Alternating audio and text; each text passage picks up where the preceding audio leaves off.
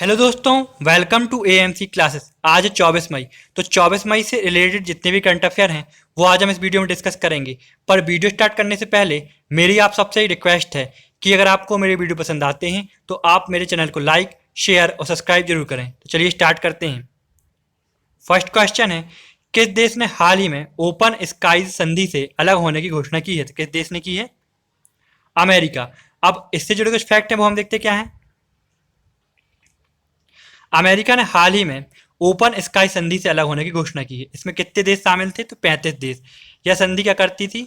यह संधि सदस्य देशों के क्षेत्रों पर निहत्थे निगरानी उड़ानों को क्या करती थी? अनुमति देती थी, मतलब बिना हथियार के। अमेरिकी प्रशासन ने यह भी बताया है कि रूस ने संधि की शर्तों का बार बार क्या किया है? उल्लंघन किया है। नेक्स्ट,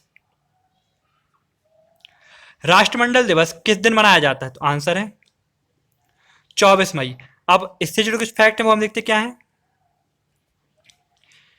24 मई को राष्ट्रमंडल दिवस प्रतिवर्ष मनाया जाता है। पहले यह दिवस एम्पायर दिवस के रूप में मनाया जाता था। हेराल्ड मैकमिलन ने इसका नाम बदलकर राष्ट्रमंडल दिवस कर दिया।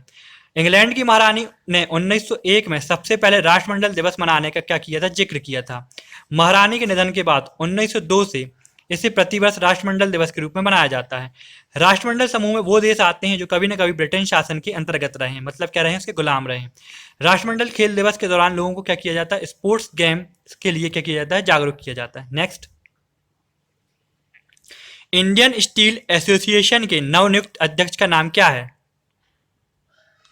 दिलीप उम्मेन। अब इससे जुड़े कुछ फैक्ट है क्या है। ये वर्तमान में Arcelor Mittal Nippon steel India के सीईओ हैं। अब ये क्या रहेंगे? इनको जो अध्यक्ष बनाया गया ये दो साल के लिए अध्यक्ष रहेंगे। वो टाटा स्टील के सीईओ टीवी नरेंद्रन का स्थान लेंगे। इंडियन स्टील एसोसिएशन का मुख्यालय कहाँ है? नई दिल्ली में। इंडियन स्टील एसोसिएशन की स्थापना कब हुई थी? 2014 में। नेक्स्ट, दुनिया में पीपीई किट का दूसरा सबसे बड़ा निर्माता कौन सा देश बन गया है? तो आंसर है भारत। अब इससे जुड़े कुछ फैक्ट हम देखते क्या है। भारत चीन के बाद दुनिया में व्यक्तिगत सुरक्षा उपकरणों की दूसरी सबसे बड़ा निर्माता देश बन गया है। वर्तमान में भारत हर दिन 2.006 लाख पीपीई किट का उत्पादन कर रहा है, जो किसी भी देश की अधिकतम क्षमता है। भारत 1 लाख किट का उत्पादन करता है। एक पीपीई किट में मूल रूप से शू कवर, दस्ताने, आई शील्ड, मास्क और गाउन शामिल होते हैं। स्वास्थ्य और परिवार कल्याण मंत्री कौन है? हर्षवर्धन। इनका निर्वाचन क्षेत्र कौन सा था? चांदनी चौक, नई दिल्ली। नेक्स्ट,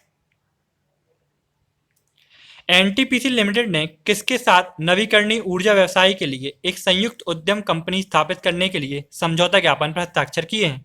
आंसर है oil and natural gas corporation limited. अब इससे जुड़े कुछ फैक्ट हम देखते क्या है।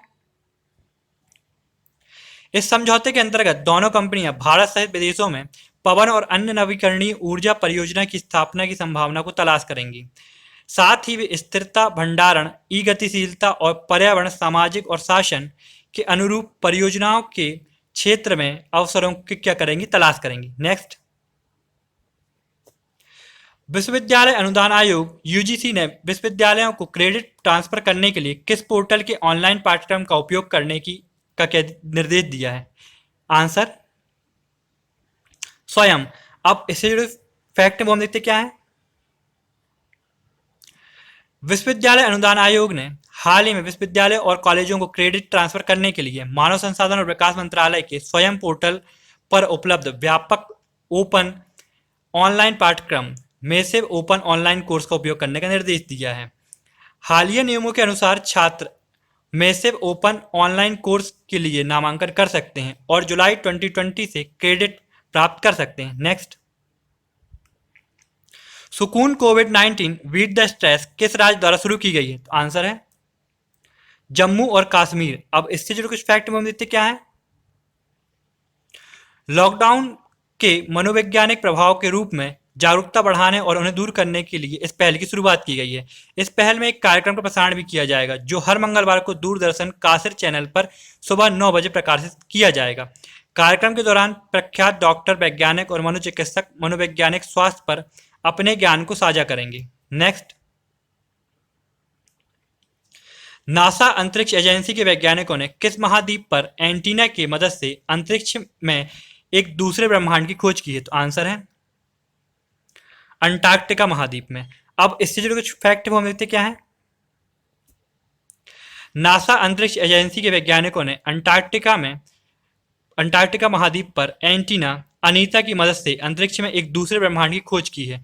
विशाल बैलून की सहायता से एंटीना को महाद्वीप के ऊपर ऊंचाई तक पहुंचाकर दूसरे ब्रह्मांड की खोज की गई है। नेक्स्ट, डिजिटल इम्यूनिटी पासपोर्ट के परीक्षण की शुरुआत करने वाला पहला देश कौन सा है? तो पहला देश कौन सा है? एस्टोनिया। अब इससे जुड़े कुछ फैक्ट हम देखते क्या है।